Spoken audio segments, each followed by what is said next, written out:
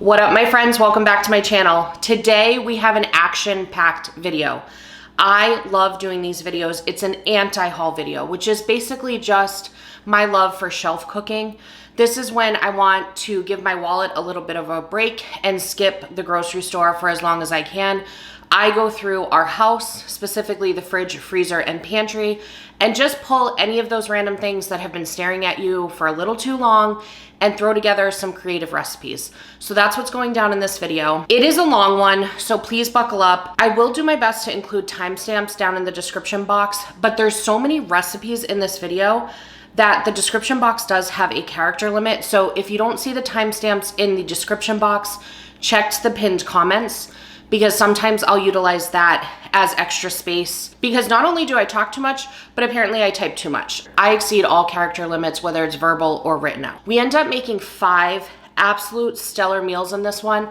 And as usual, my mission is always, if I'm doing shelf cooking, to not go the usual route. I hope you'll agree with me that these recipe options really mix up the meal plan for the week, and I hope it helps you out as much as it helped us out. Hi, my friends. Editing Kate popping in here because I'm just now realizing that in the introduction of this video, I didn't even tell you what we're going to be cooking today, and I need to keep you on the hook. I got to keep you engaged, and you need to know what's about to go down. So we start off with a lemon pesto fish that is panko crusted. Then we go into some lasagna roll-ups. Then we do a burrata chicken with a pepper jelly glaze, Huli chicken skewers, and then we finish it all off with a Creole style jambalaya. If you're new to this channel, hi, how are you? How's the family? Thank you so much for clicking on that thumbnail and giving me a chance. Over here, I do a lot of haul videos. I'm usually at Costco, Sam's Club, Trader Joe's.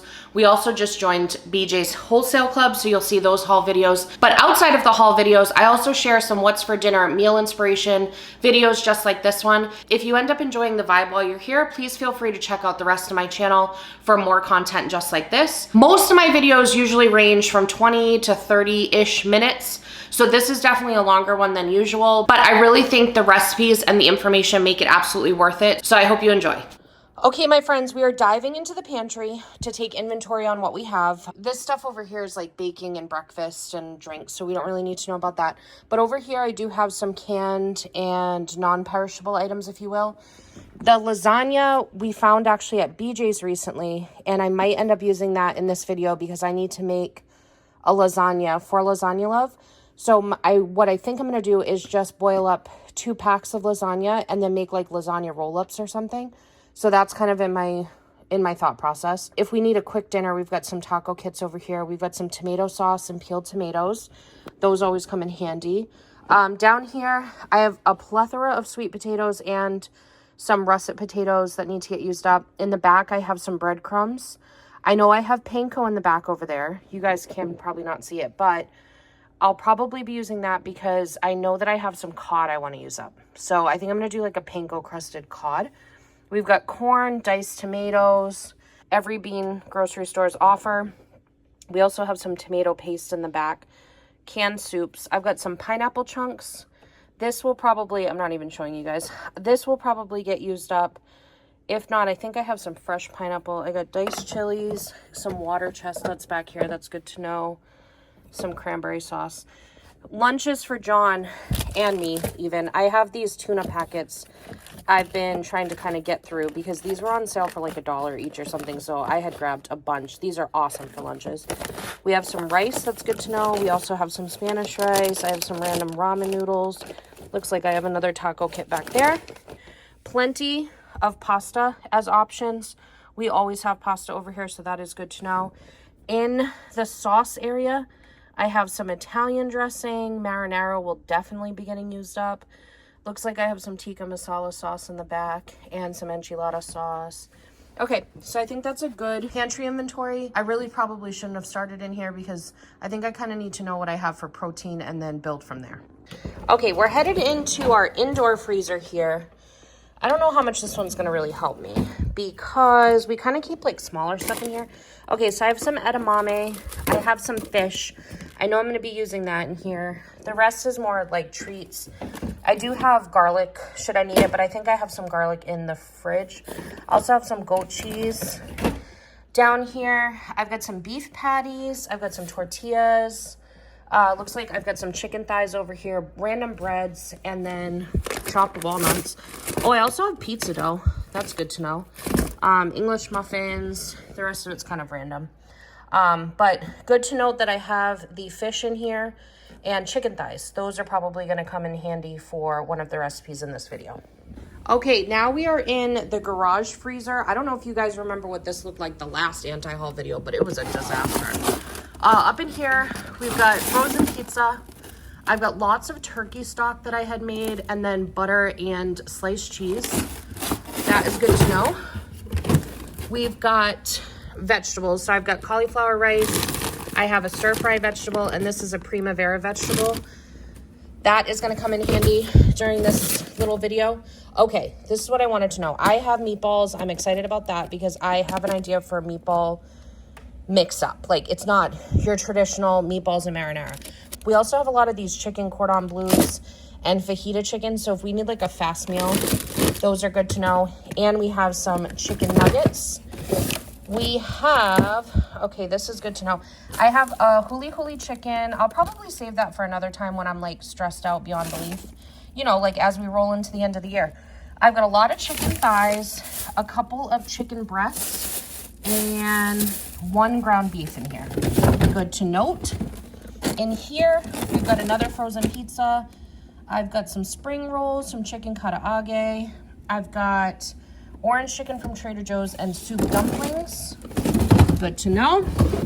Down here, I just have some treats, ice packs, and our ice cream maker.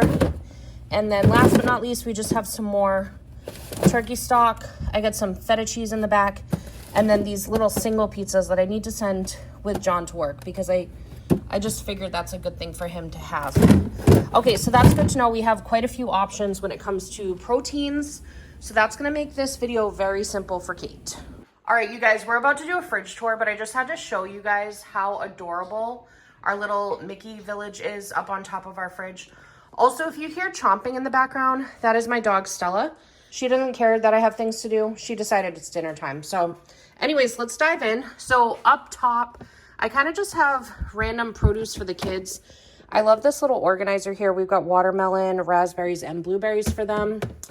I've got some diced pineapple chunks and some cherry tomatoes. We got yogurt, a maple syrup, waffles, and scrambled eggs. We just meal prep for the kids. So usually 2 or 3 days a week, we'll just pick random days and we'll make a big batch of scrambled eggs and waffles for them for breakfast. And then we serve it with a fruit. We got some leftovers here, bunch of eggs. This is meal prep for the twins in the back and some extra baby carrots for them as well. This down here, I call the jar graveyard. We've got a bunch of different jarred items that I'm just taking note of to see if I can get rid of anything. I could probably make, like, I have some Kalamata olives, so I could probably do like a Greek deal in the middle of the day for myself. I've got some marinara to use up. We'll definitely be using that. We also have apple cider that I got to make apple cider pork tenderloin. If you missed the fall video where I did what's for dinner fall recipes, I will have it linked down below. It was awesome. This apple cider pork that I made was so good. I've got some unsweetened coconut milk, bunch of milk for the kids. In the drawers down here, I have some shredded cheese, and we've got some kielbasa. That's good to know. I've got a lot of chicken sausage. That'll probably get used for some breakfast. And then I have this smoked sausage, which I have a really good idea. I think I'm going to make like a jambalaya in this video, and I'm going to use up that turkey sausage. We've got some apples for snacking. Crescent rolls are always good to know. In this drawer, I have some baby carrots, some celery. That'll probably get used in that jambalaya. I also have a salad kit. That is still good, so that's exciting. I also have some tortillas down at the bottom. You guys were supposed to remind me to eat my hummus. I have until November. I don't remember what the expiration was. November 6th. So please keep reminding me that I have this and tell me to eat it, okay? Down here is like our deli and cheeses type drawer. It's a hot mess, as you can tell. If you came for aesthetics, this is not the place for you. We've got some Baby Bell cheeses. I got these at BJ's, and you guys, I am obsessed with doing this and pepper jelly on a piece of toast. It is so good. I wish I had sourdough bread because I feel like that would be even better. But if you see these anywhere, grab them. They're really good. I have this burrata. We're definitely using that in this video, so I'm excited about that. We've got some leftover bacon. We'll probably use that for breakfast. I got some pecans. We've got some goat cheese. I've got some Parmesan cheese from Trader Joe's.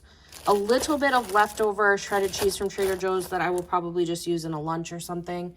We've got some salami, some chicken breast, and Parmesan cheese. Can we talk about the price of this? I sent Jod to Publix and I was like, oh, can you just grab some shredded Parmesan cheese or grated Parmesan cheese like in a deli tub? $11.19. Never again. This is why I buy cheese at wholesale clubs, because that should be illegal. Now over here, in case you haven't been here before, one of my produce tips is to keep produce on the door. Instead of keeping like those jarred items over here, I keep the produce on the door, so they're first thing you see, you remember you have them. Like lemons, I used to forget about when they were in drawers. Bell peppers, I used to forget about when they were in drawers. So having them on the door reminds me to use them, and we're definitely going to be using these guys in this video. Okay, and then last but not least, we have our favorite, the sauce graveyard. It pretty much never changes. That's why it's a graveyard. It stays the exact same. I never work through any of my sauces. If anybody has ideas on how I can use these two things, we have two of them that were open. I don't know how we did that. I'm just going to pretend it's John's fault. I've also got some of the bruschetta topping from Trader Joe's. I've got some barbecue sauce. Up top, I have some pesto, some beef base. Down here, I've got like hoisin and gyoza sauces. So these are all things just to note, but I don't know. If anybody has recommendations for getting through sauces, please let me know. Take a look at what I got and leave me a comment and let me know how to use those up, because I am so sick of managing the inventory of the sauce graveyard. Anyways, that is everything in the fridge. Let's get to cooking. Let's get some recipes planned out, and I'll let you guys know what we're making. All right, friends, let's discuss the random things that I pulled together from my fridge, freezer, and pantry to make these dreams come true. I had some cod and salmon in the freezer, so I pulled those. We're gonna do like a coated fish. I like to coat fish in either mayonnaise, sour cream, or like yogurt. I feel like it makes it, I don't know, just tastes better. Anyways, so I'm thinking I'm gonna do like a panko crusted, because I have a little bit of panko left, and I have a little bit of everything. So this is kind of like using up what we got. So what we're gonna do is we're gonna make kind of a sauce to dip the fish in. It's going to consist of some plain yogurt, some lemon pesto sauce from Trader Joe's, but you could obviously just use any pesto that you might have. If you have basil or whatever is fine. I also have some minced garlic we'll be using. And so we're gonna make a little sauce out of this, also with some salt and lemon pepper. That's gonna be, I gotta grab the salt. Okay, so this is gonna be a little, no, I lied to you. This is gonna be part of this, I think. I don't know, we'll see what happens. You'll see the recipe. You know, the recipe will be down in the description box for you. We're gonna then combine the panko and the Parmesan, almost like kind of how you would for a chicken parm. So if you don't like fish, this could be done with chicken, 100%. So if you don't like fish, just substitute out some thin sliced breast and you're fine. Now, I also had a 6-pack of ramen. I have no idea why, because we don't really cook ramen that often. So I had a 6-pack of ramen, and I was trying to think of like what to go with fish outside of rice, because we don't have that much rice left and I want to use it for something else. So I saw these and I said, you know what? I'll just make some ramen noodles. I might actually make 3 packs. So I have some for the kids too. I'm not going to use the seasoning packet that comes in it. I'm truly just going to use the actual ramen noodles, almost like a pasta. And yeah, that's going to be what's on the side. And then I have a stir fry mix in the freezer. And then the fish is going to get cooked on this wire rack and baking sheet. So I'm going to get to doing all the things. You guys are going to come with me. I hope you enjoy. Don't forget, my friends, that the recipes are always included in the description box. So check there for exact measurements. But I'm going to walk you through what I did. Before we get into the actual fish, I got started on the ramen and stir fry veggies just so those could chill and wait for the fish to get cooked. I just boiled some water, tossed in the ramen, and I let it cook for about 3 minutes. While that was in the hot tub, I sauteed a stir fry mix in some butter and garlic and just let that cook like the package instructions said. I want to say it was like 5 or 6 minutes. Once they were both done, I combined the ramen with the stir fry mix and just tossed in a little shoyu. And then I let that cruise on the stove on low while I moved on to the fish. So for this, I ended up making 2 pieces of cod and 1 piece of salmon. So you can use this strategy with any fish that your family loves. First, you just preheat the oven to 400 degrees. I did a baking sheet for this one, and I always like to throw a wire rack on my baking sheet so the heat can circulate around the item. If you don't have a wire rack, no worries, just grease it up a little bit or throw down some parchment paper. And then in a small bowl, I mixed together some yogurt, a little bit of lemon pesto, and some minced garlic. That's it, just 3 things. Stirred that up until it was combined and creamy. Then I took some fish fillets, I patted them dry with paper towels, seasoned both sides of them with salt and some lemon pepper, and then I coated them with that yogurt sauce just generously on each fillet. And then in a separate bowl, I mixed together some Panko breadcrumbs and grated Parmesan cheese, and I coated the fillets in that mixture. Just make sure it sticks as much as possible. You want it to be nice and crunchy. Then I laid those little fishies on my baking sheet wire rack, popped it into my preheated oven, and they cooked about 18 minutes. I would check at the 15-minute mark and then go up to 20 minutes if you need to. They should be golden brown and flake really easily. I ended up serving it with that ramen and stir fry mix. We did a taste test on this one, so let's see how John and I rated it. My friends, we have a very nutritious meal tonight. It's a lemon pesto fish. Wait, we went pesto again? Yep. Because John, the whole purpose of this video is we're using things up. So I was flinging stuff around in that fridge and making dreams come true. And I was flinging stuff around in that skillet over there, just flinging it around. John has cod. I have salmon. I made an extra cod fillet for our oldest son. Maybe the twins will eat it, but they have other stuff to eat. So we did ramen noodles with this, but you could easily just do rice or like a thin spaghetti or linguine if you wanted to. Also, if you're super into lemon, I was thinking that if you made spaghetti or linguine, you could toss that in the lemon pesto and then go even heavier on the lemon. John's not the biggest lemon fan, so I think that would have been like a punch to his face, you know? Wow. And I like him today. Oh, today? Today. Just today. So we went with I went with like a shoyu butter situation on the ramen instead. Just a light amount of shoyu, because he also doesn't like shoyu that much. But I didn't go crazy. What are you looking for? You look lost. Yeah. John just also got done with a workout. So if he looks like he's sweating, it's not sweat. It's just glitter. Oh, it's glitter? Yeah, it's glitter. Oh, okay. So just ignore that, guys. Okay, so anyways, we're going to dive in. I've got salmon. John's got cod. You're making me nervous with all the silence over here. I don't know if it's a good thing or a bad thing. You trying to poker face me? What are you doing? I'm trying to poker face you. It's really good? No. Okay, so here's the thing. I thought that the lemon flavor was going to be like over the top and too much. Like as soon as I scooped out the lemon pesto, I was like, this is going to be too much. But it's actually a very light flavor. And I mixed it with plain yogurt, which has a very tangy taste to it, but I don't feel I feel like the tanginess kind of counteracted the lemon. But lemon's super tangy too. Maybe. So I was seriously, when I was mixing it together, I was like, this could be going the wrong direction. But surprisingly, no. Very, very light. I know fish is light. Very light. I know fish is light. Especially cod. Yes. Yes. And I'm a big fish and chips. Yeah, he loves that's fish. not, I mean, yes, it's flaky and light, but it's beer battered and heavy. That is like a light version. Oh, that's a good way to put it. Of a fish and chip. John's always stressing about, he feels like he's not being descriptive enough with things. I'm always telling him he does a great job. And here we go. That is a great way to explain it. That is what it's like. Yeah. It's like a lighter fish and chips, easy to make at home. It was oven baked, so you're not deep frying it. Yes. It's like a healthy, light fish and chips. What did you think about the stir fry, the ramen? I enjoy the ramen. He enjoyed the ramen, people. I don't like soy sauce. I know, but I didn't go like nuts. I only put like probably maybe a fourth a cup between that entire skillet. So it just gives like just a little bit of like a saltiness.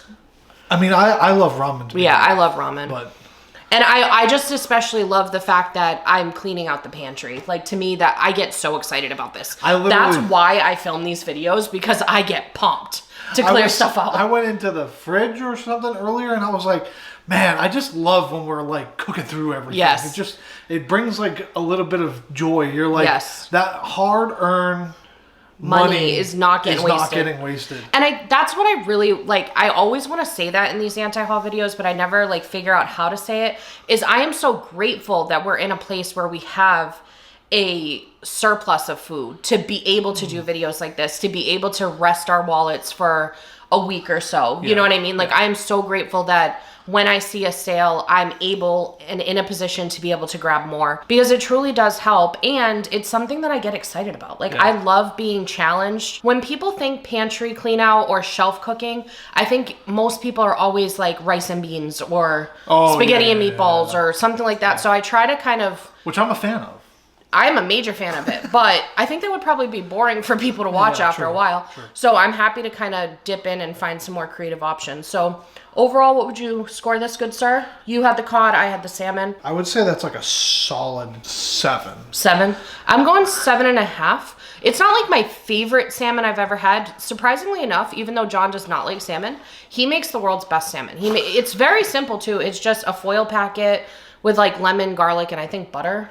Lemon, garlic, butter, salt, and pepper. It's so simple. But for whatever reason, like, give me garlic and it's the best thing in the entire world. Like, that's pretty much you know my what I main feel like food is going to take this over to like an 8? What? Put some of that Aloha Katsu sauce. Oh, okay, John. We have some Aloha Katsu sauce. And you know what, John? That's a member of the sauce graveyard, so I would be happy for you to add some of Busting that. it out. Yeah, get it out. Digging into the sauce graveyard. So I'm giving it a 7.5. John's giving it a 7. That's it. We're going to get this feedback over to corporate, and you're going to dive into the next recipe. All right, I've talked about it in the past, but I am a volunteer for the organization Lasagna Love. I will have them linked in the description box if you want to go check out what they're about. Essentially, if you're in a place in your life where you could just use the comfort of a home-cooked meal, whether it be you're going through postpartum, you're going through grief, you're going through financial struggles, you can sign up to have someone bless you with a meal via the program Lasagna Love.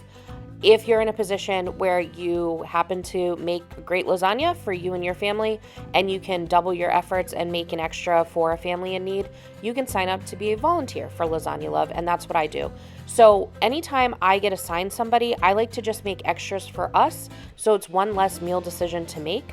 With the recipe I have down below, I was able to make 2 9x13 traditional lasagnas. One was for a friend and one was for the Lasagna Love family. And then I was able to make a fun twist on it for us. I did a 9x13 pan of lasagna roll-ups, and there were 13 in total of those. I'm going to walk you through how I did the lasagna roll-ups here. If you're doing a traditional lasagna, I'll have a video linked down below where I do the assembly process for a traditional lasagna. In either scenario, you're going to preheat your oven to 350 degrees. And in this scenario, I'm actually boiling lasagna noodles. So I just followed the lasagna box and got those boiling. While those were at work, I mixed up a ricotta filling. This has ricotta, egg, Parmesan, mozzarella cheese, and seasonings. Mix it all together until it's nice and creamy. And then I put that back in the fridge for a bit because I knew that I had to move on to the sauce. So in a large pot for the sauce, I just saute garlic, onion, bell pepper in some butter and just let that cook for a couple minutes. Then I added in Italian sausage and I cooked that until it was browned all the way through. And then I make sure to drain off the grease. For this one, I just tossed in some favorite jarred marinara of ours and extra seasonings. I really like the Victoria's brand for marinara. Now, if you're going to make the traditional lasagna, refer over to the video I mentioned. If you're going to do the roll-ups like we did, you're going to take a 9x13 pan, put a little bit of the beef and sauce mixture down in the bottom. And then what I did was, just to make it a little easier for myself, I sprayed a cutting board to make sure the noodles didn't stick to the cutting board. Then I laid down the lasagna noodle and then spread a couple tablespoons of the ricotta mixture across each one. Followed that up with a spoonful of the meat sauce, rolled those up and placed them in the baking dish. I was able to fit 5 in 2 rows, so 10 total, and then 3 I had to go a different direction. So you're basically just gonna wanna play Tetris with your baking pan. And now you just pour more sauce over the top of that and then sprinkle it with some extra mozzarella and Parmesan cheese. This is gonna get covered with foil and bake it for 45 to 50 minutes. In an oven that's been preheated to 350 degrees, and then uncover it for the last 10 minutes to get that cheese all bubbly and golden. We did a taste test on these lasagna roll-ups, so let's see what we thought of the mix-up on the comforting classic lasagna. We have this very delicious and promising looking lasagna roll. No, lasagna roll-up, I think is what it's officially called.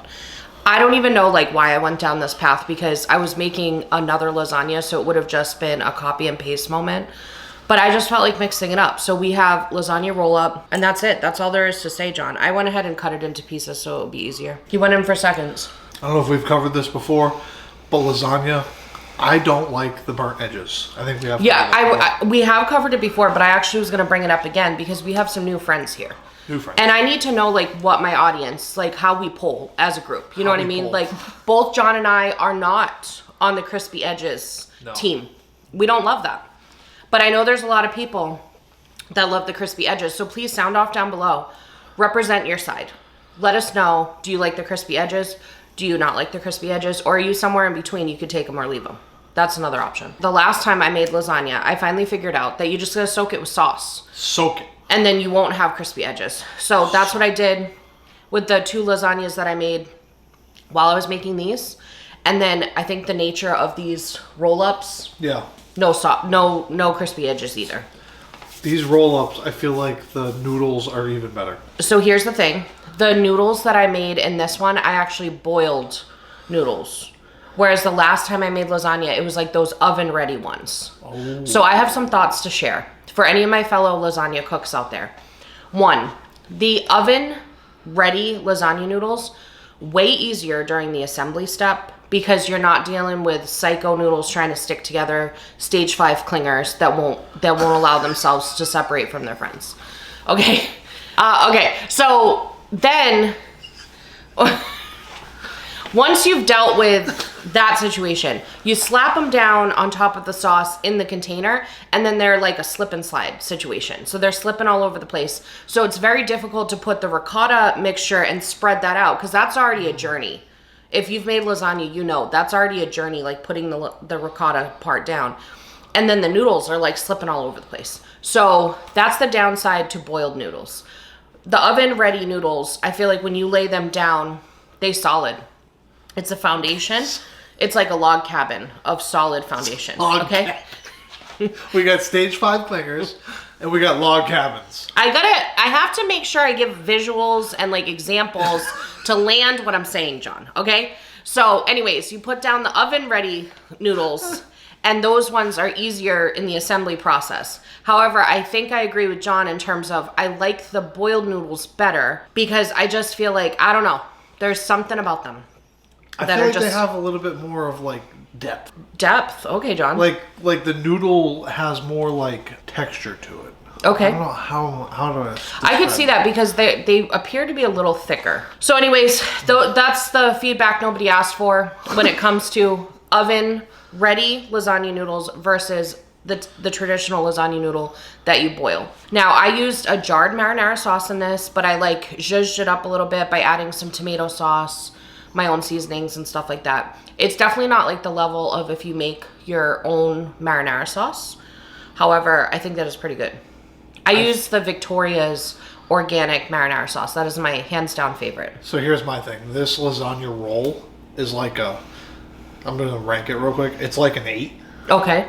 But if you made your homemade marinara, it'd put it like a 9.5. Got it. And what would you say like the regular lasagna is at? Like with the burnt edges? No, like the one that I made the last time. Oh, the one you made last time. I would say that's like a 7.5. 7.5. Yeah. So this one's an 8. This one's an 8. The lasagna that I also made in this video, but we're not eating it. Those are for other people. That's a 7.5. Yeah, because you put extra sauce. Right. So it doesn't have the crispy edges. Right. If it had crispy edges, maybe a 6. If it had crispy edges, like the middle of it would be like a 7. But the outside... There'd be zones. We would have zoned off areas. You over here in quadrant top left, you get a 6.5. You here in middle quadrant, you get a 7.5. Yeah, okay. Is that what would happen? We're on the same page. Good. Anyways, this was a lot of talk about lasagna. Yes, we have a lot of feelings about lasagna. We're passionate about lasagna. If you enjoyed reinventing lasagna with us, please be sure to I'm going to take this moment to ask you to subscribe. That's what I'm going to ask you to do. And then also, we're going to send this feedback to corporate. You're going to dive into the next recipe. Enjoy. All right, get ready, because next up is next level delicious. We're making burrata stuffed chicken breast with a pepper jelly glaze. You guys know I have some problems with my sauce and jar graveyard, and this one right here helped me eliminate some of the items, and I was so excited about it. First up, I got the pepper jelly glaze out of the way, so I just whisked together pepper jelly, balsamic glaze from Trader Joe's, but you could use balsamic vinegar if you wanted to, honey, minced garlic, and a little bit of avocado oil. Exact measurements for that will be down in the description box. Next up, I took some chicken breasts and I carefully sliced a little pocket into the thickest part of the chicken breast and stuffed the burrata into each of those chicken breasts. Then I seasoned the outside of the chicken with salt, pepper, and Italian seasoning, and then I just popped those right into the crock pot that I had greased with a little bit of avocado oil. I set my crock pot at that point to low, but you could set it to high if you wanted, and then pour that glaze right over top. Cover that up and let the slow cooker do its thing. I personally served this with some spaghetti and a salad kit, making sure to take a little bit of that sauce that was in the bottom of the crock pot and pouring it all over the chicken for some extra flavor. We did a taste test on this one, so I'm excited to share the results for that with you. My friends, we have spaghetti that's trying to escape the asylum. We have burrata stuffed chicken with a pepper jelly glaze. We also have some Mexican street corn salad. Ooh. That doesn't belong. Like these things, not really. I mean, this is a zesty and this is a zesty, but this is Italian. This is a Mexican street corn. Everything's fine. We're cleaning out the fridge. That's all that matters. And then we also have some pasta with it. We just did it with like jarred Alfredo sauce and some cheese. Here, John, you can have the first bite. I think that's fire.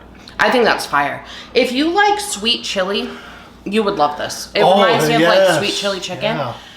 The burrata though, I think it just adds like a little something extra in there. Yeah. Like a little creaminess in the center. I really like that a lot. And it literally, like you guys witnessed it, it's such a easy meal. I was planning to make it in the oven, and then I was like, why can't I just do it in the crock pot? Because honestly, after like 7 and 8, when we put the kids down to bed, the last thing I want to do is stand over a stove most of the time. So if during nap time, I can start dinner in the crock pot and like not have to babysit it, I'm going that route every time. I honestly think this is the way to go because like the chicken marinated in that pepper jelly. The chicken is very moist. It truly is. It's very moist. So for that chicken, I'm going 8.5. Oh wow. Yeah, I mean, I feel like it's a simple enough thing. It's nothing like psychotic or anything. I don't know. I like that it's Trader Joe's items too. Like if you're a Trader Joe's fan like me, the burrata is from Trader Joe's, and the pepper jelly is from Trader Joe's. The balsamic glaze is from Trader Joe's, and the Italian seasoning that I used, it's like a spicy garlic blend, and that's from Trader Joe's. So we just went all Trader Joe's today. So if you're a Trader Joe's fan, here's a Trader Joe's recipe for you. How many times can she say Trader Joe's? I don't know. And then for the Mexican street corn salad, that one I picked up at BJ's, but I know that that one is sold at regular grocery stores. It's from the brand Taylor Farm. I think it's delicious. The dressing is on the spicy side, so if you don't like spice. Yeah, I like spice and I like the dressing, but I didn't expect that. Right, because it doesn't look that dangerous. I got like a huge wad of it. Right. And I was like, whoa. Hi. Yeah. That caught me off guard. It's definitely on the zesty side. Like if you know like a chicken gordita crunch, you know that sauce they have in there. It's like that, but like a kick up on the sass. You know. For the salad kit, I'm going like a 7. I'm gonna go like a 6 on the salad kit. The chicken, it's like a solid 8.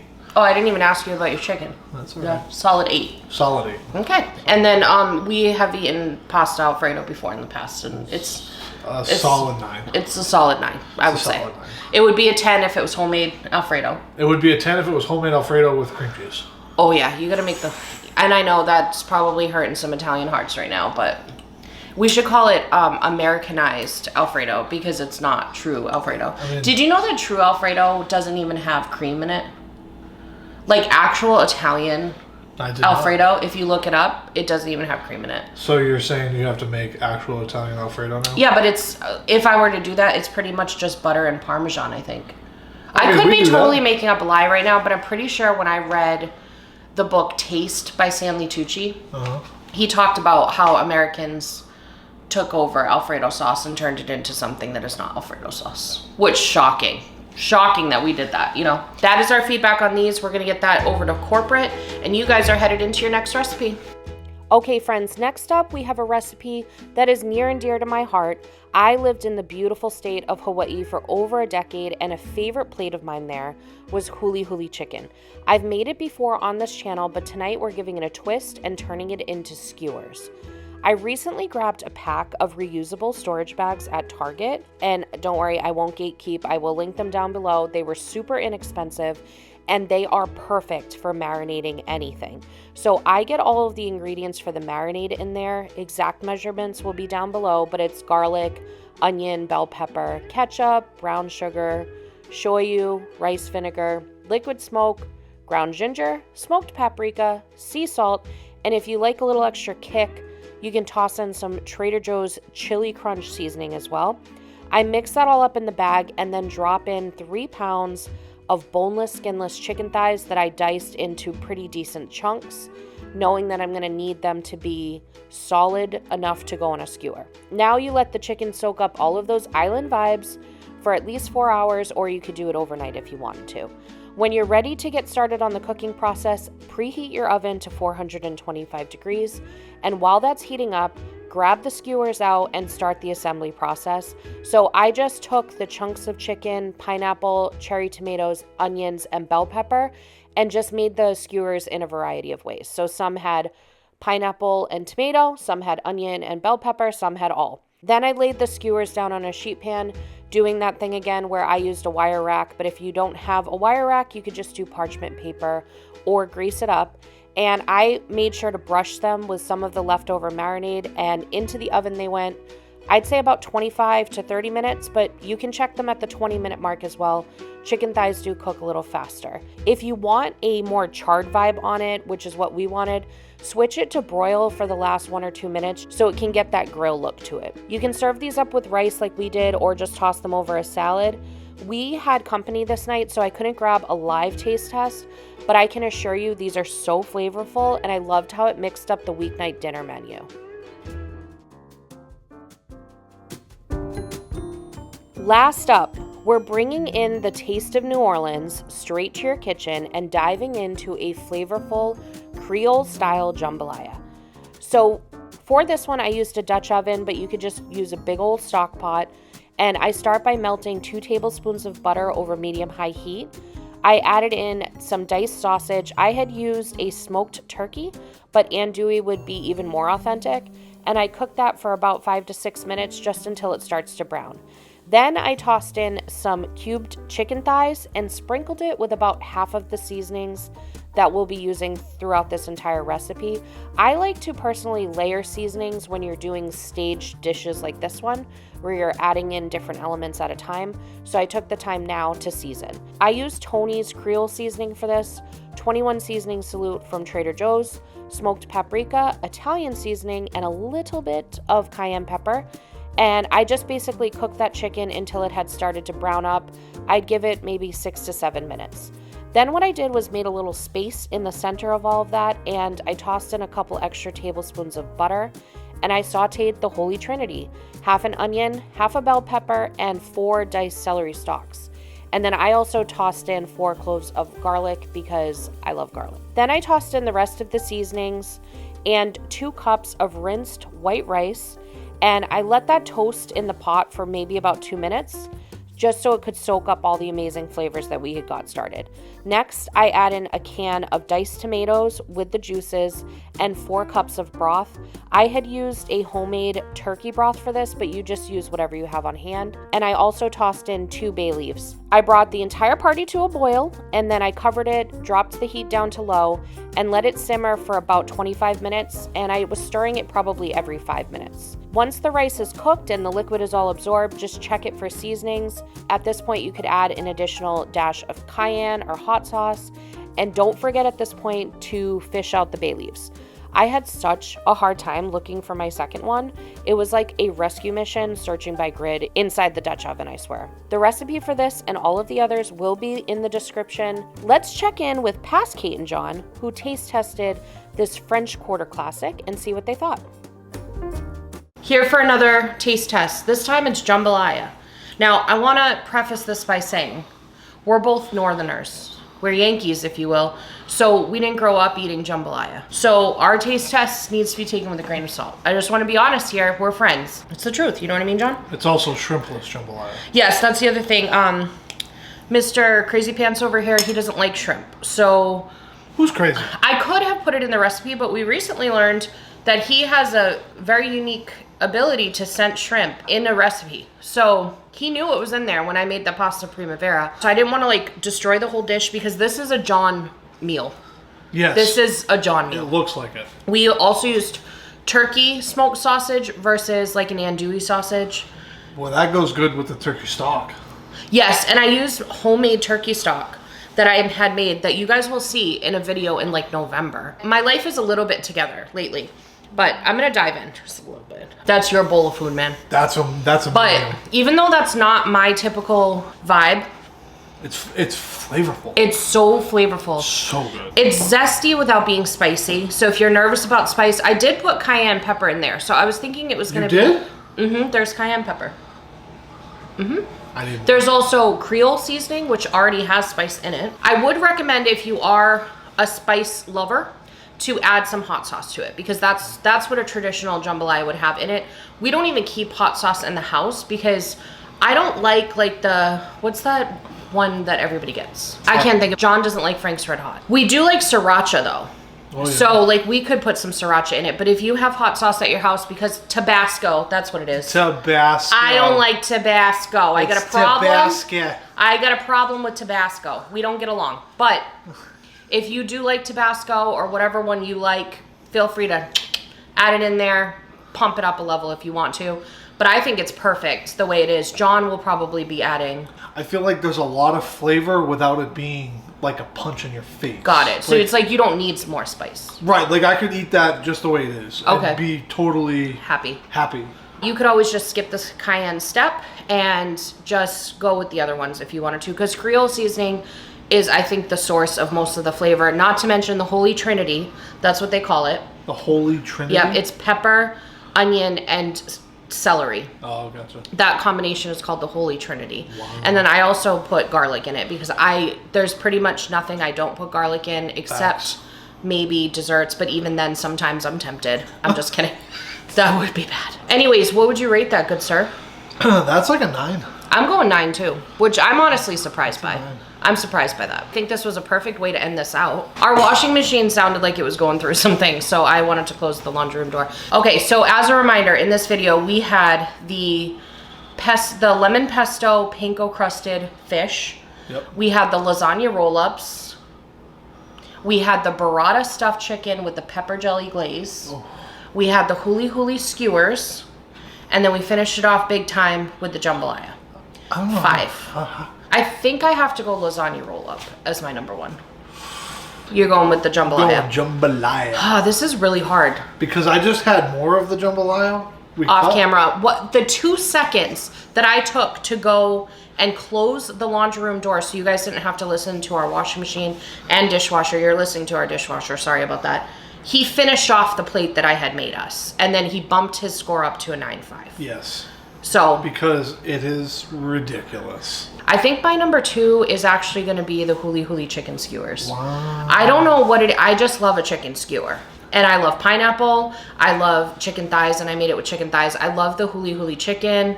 So that's going to be my number 2. What's your number 2, good sir? Lasagna roll-up. Lasagna roll-ups. Number 3 for me, I'm going to have to go with the jambalaya.